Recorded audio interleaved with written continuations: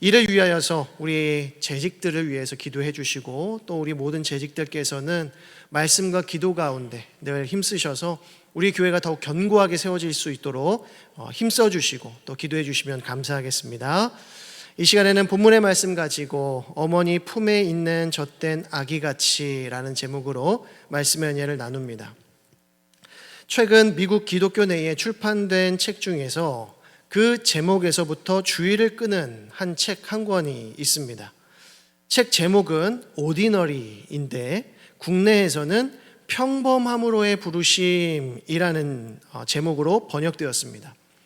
이 책을 쓴 마이클 호트는 미국 개혁주의 보수신학을 대표하는 신학자로 미국 기독교 내에 큰 영향을 끼치고 있는 인물입니다. 그가 이 독특한 제목의 책을 쓴 동기는 현 미국의 기독교회들이 너나 할 것 없이 위대한 일들을 하고 싶어 하고 기존 교회들과 차별화된 뭔가 특별한 사명을 감당하려고 애쓰고 있기 때문입니다. 그는 이렇게 말합니다. 오늘날 거의 모든 사람들은 비범한 삶을 동경한다. 짧은 인생을 통해 찬란히 빛나는 열매를 맺고 더 큰 영향력을 끼치기를 원하며 자신의 인생이 특별하게 기억되기를 소망한다. 평범하고 조용하게 흘러가는 삶은 실패한 삶이며 영웅적이고 혁신적인 삶은 숭고하고도 복된 삶이라고 하는 생각이 퍼져 나가고 있다. 그리고는 이러한 생각과 가치관이 가져오는 그 결과에 대하여 다음과 같은 한숨 섞인 우려를 나타냅니다. 우리는 평범한 은혜의 수단을 의지하며 매주 교회에 출석하는데 흥미를 잃어가고 있다. 마이클 호튼의 이와 같은 지적은 우리 자신의 신앙과 우리가 처한 현실을 되돌아보도록 만듭니다. 실제로 우리나라 기독교 출판계 안에서는 다음과 같은 제목의 책들이 큰 인기몰이를 해왔습니다. 좋은 교회에서 위대한 교회로, 위대한 교회의 꿈, 위대한 평신도 지도자의 길, 교사, 위대한 힘을 꺼내라. 물론 한 번 사는 인생, 하나님과 교회를 위하여 더 크고 놀라운 일, 위대하고도 길이 남을 업적을 세워보려 하는 것을 무작정 잘못됐다라고 비판할 수는 없을 것입니다. 다만 문제는 무엇입니까? 교만한 마음과 높아진 마음이 동기가 되어서 크고 위대한 일에 몰두하느라 그보다 더 중요하고 본질적인 일, 곧 하나님과의 친밀한 관계를 유지하는 일에 소홀하게 되는 우를 범할 수 있다는 것입니다. 이것은 우리 영혼에 매우 치명적인 결과를 가져오게 되는 것이죠. 오늘 시편의 말씀을 보시면 본 시편을 기록한 다윗은 그 어떤 크고 위대한 일보다 먼저 하나님의 품을 사모하며 갈망하고 있음을 볼 수 있습니다. 다윗은 본 시편을 통해 우리 인생의 가장 중요한 우선순위가 무엇이어야 하는지를 분명하게 가르칩니다. 먼저 우리는 본 시편의 표제에 따라 이 시편을 쓴 저자가 다윗임을 알 수가 있습니다. 다윗이 이 시편을 어느 시기에 썼는지 정확히 알 수는 없지만 우리가 다윗의 일대기를 잘 알고 있는 만큼 본문의 이 내용을 통하여서 다윗이 처했던 그 상황을 추론해 볼 수 있습니다. 1절은 이렇게 시작됩니다.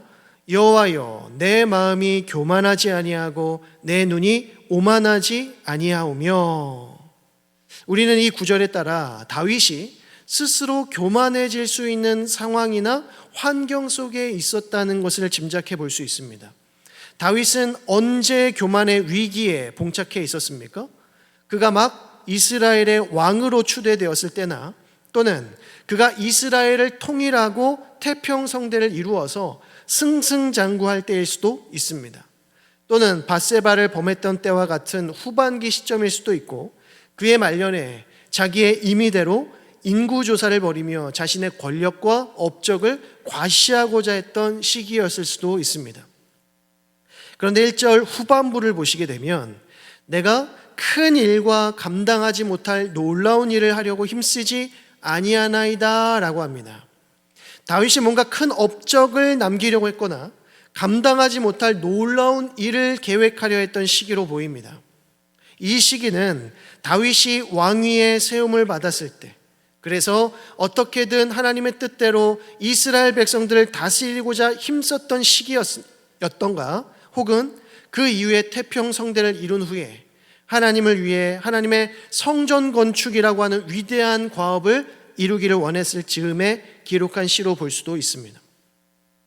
다윗이 이스라엘에 있어서 가장 높은 자이자 가장 존귀한 자로 세움을 입었을 때 그가 이런 시를 썼다라고 하는 것은 매우 중요한 의미를 갖습니다. 그것은 자칫 교만하기 쉽고 또 크고 놀라운 업적에 몰두하려고 하는 그 순간에 그렇게 하지 않으려고 노력하며 겸비하고자 애썼다는 것입니다. 이것은 막연하게 크고 위대한 삶을 추구하는 이들에게 큰 경종과 울림을 줍니다.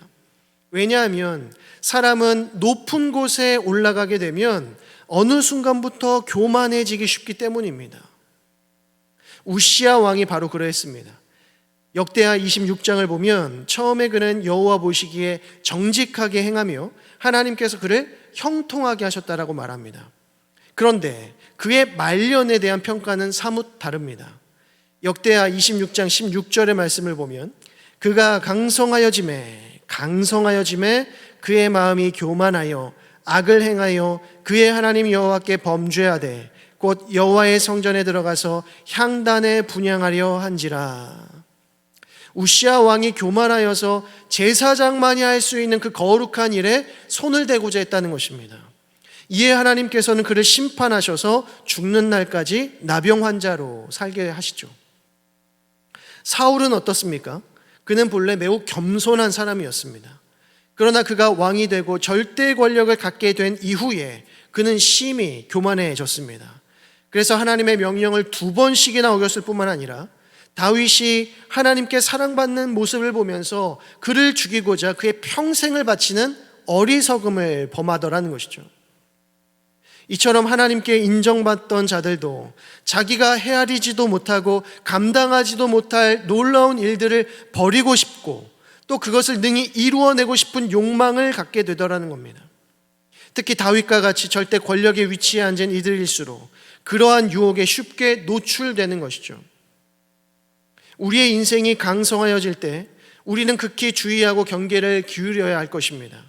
우리의 삶이 형통하고 모든 일들이 술술 잘 풀려 나아갈 때, 그래서 우리가 어느 순간인가 세상적으로 높은 위치에 올려져 있을 때, 그래서 지금보다 더 크고 위대한 일과 업적을 이루어내고 내 이름과 명예를 남기고 싶어질 때, 그때를 극히 조심하고 경계할 수 있기를 바랍니다. 바로 그때 교만해질 수 있기 때문입니다. 그리고 교만해지면 이제까지 맛보았던 모든 형통과 축복들이 저주와 고통으로 바뀌게 된다는 것입니다. 다윗이 심히 강성했을 때 밧세바를 범합니다. 또 임의대로 인구조사를 벌이게 됩니다.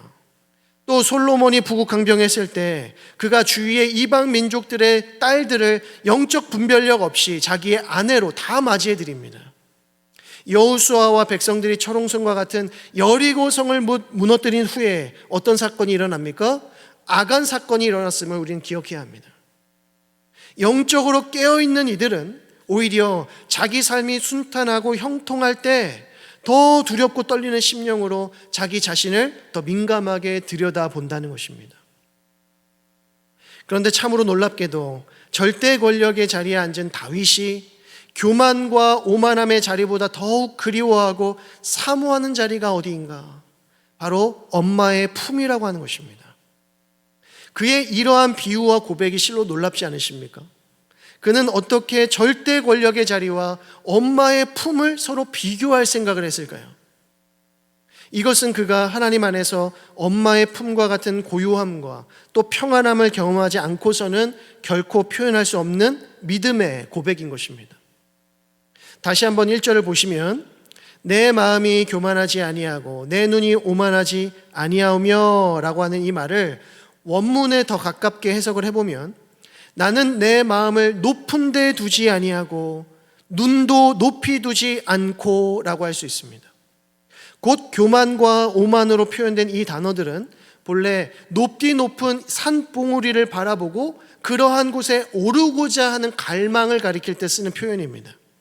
그러니까 시인은 지금 주님, 이제 더 이상 더 높은 곳에 마음을 두지 않겠으며 더 높은 곳을 바라보지 않겠습니다라고 결단하고 있더라는 것이죠. 또 하반절을 보시면 내가 큰 일과 감당하지 못할 놀라운 일을 하려고 힘쓰지 아니하나이다라고 합니다. 이 고백은 욥기 42장 3절에서 욥이 하나님께 회개하며 고백한 내용을 상기시켜 주는데요. 욥은 이렇게 고백합니다. 무지한 말로 이치를 가리는 자가 누구니이까?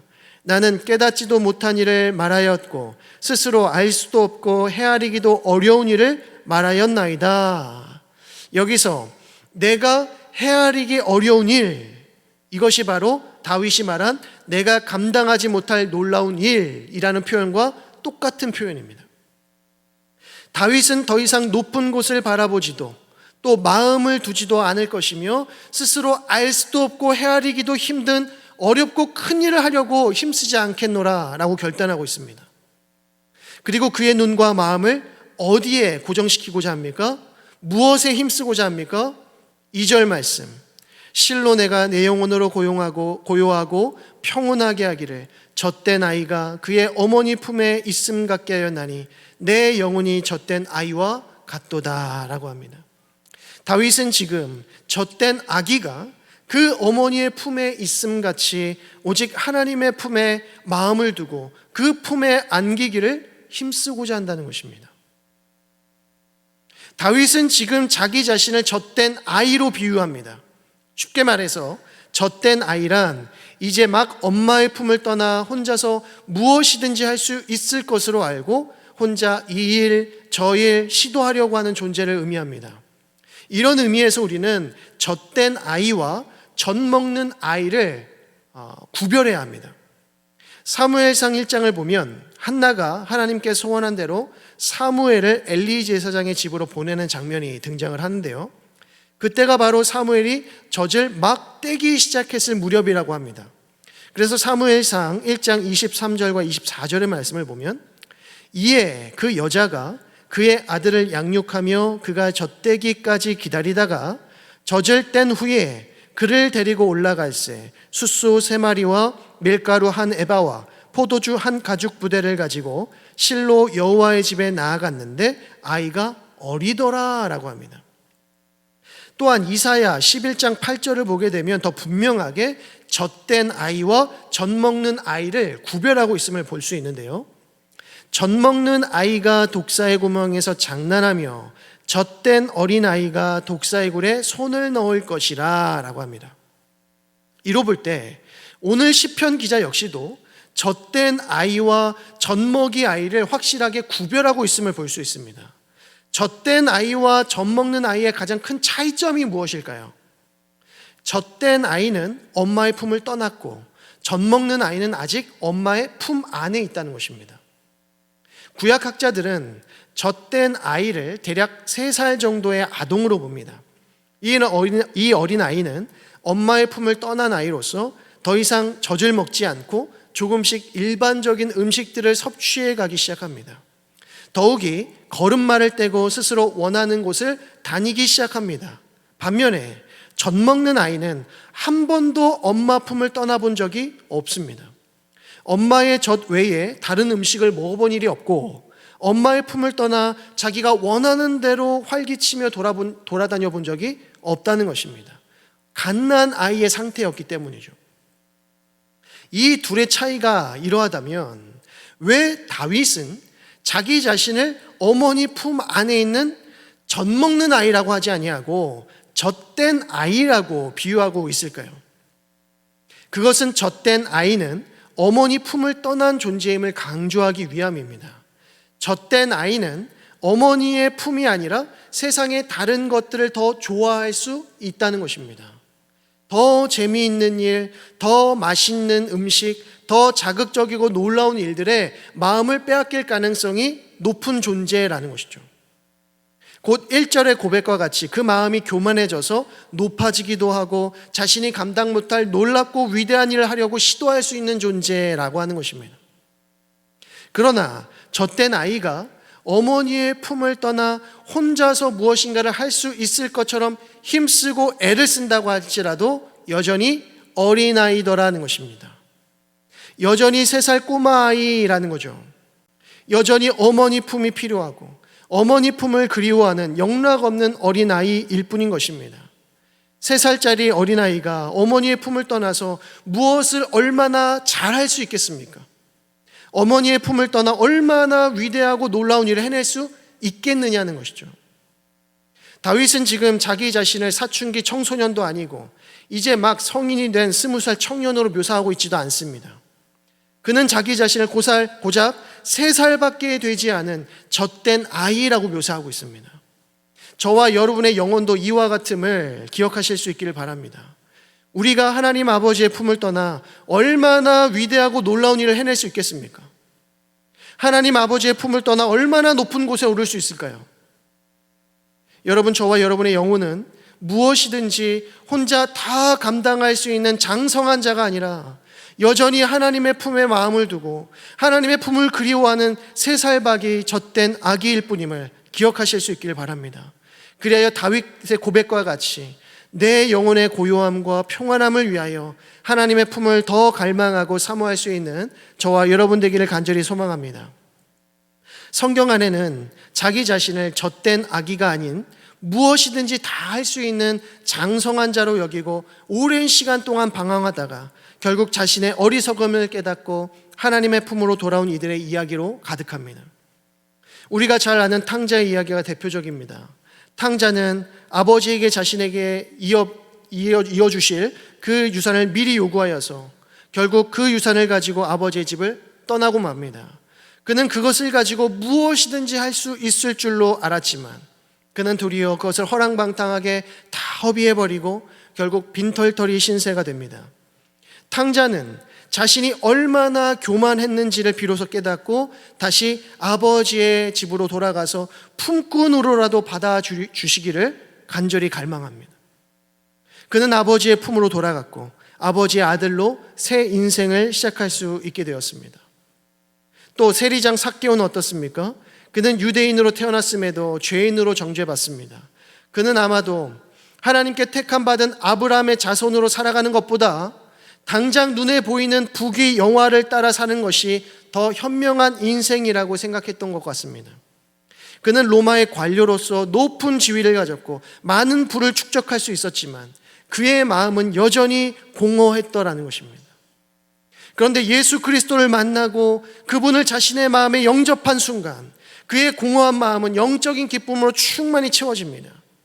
이에 삭개오는 아브라함의 자손이라 선포되었고 이후의 삶은 완전하게 뒤바뀌어 버리게 됩니다. 다윗은 오늘 본문 3절에서 그의 백성들에게 뭐라고 권면합니까? 이스라엘아, 지금부터 영원까지 여호와를 바랄지어다. 다윗은 오직 하나님만을 바라라 라고 명령합니다. 잠시 동안 그렇게 하라는 것이 아닙니다. 영원까지 그렇게 하라고 말씀합니다. 왜 그럴까요? 우리 영혼은 잠시 동안만 하나님의 품에 안길 것이 아니기 때문입니다.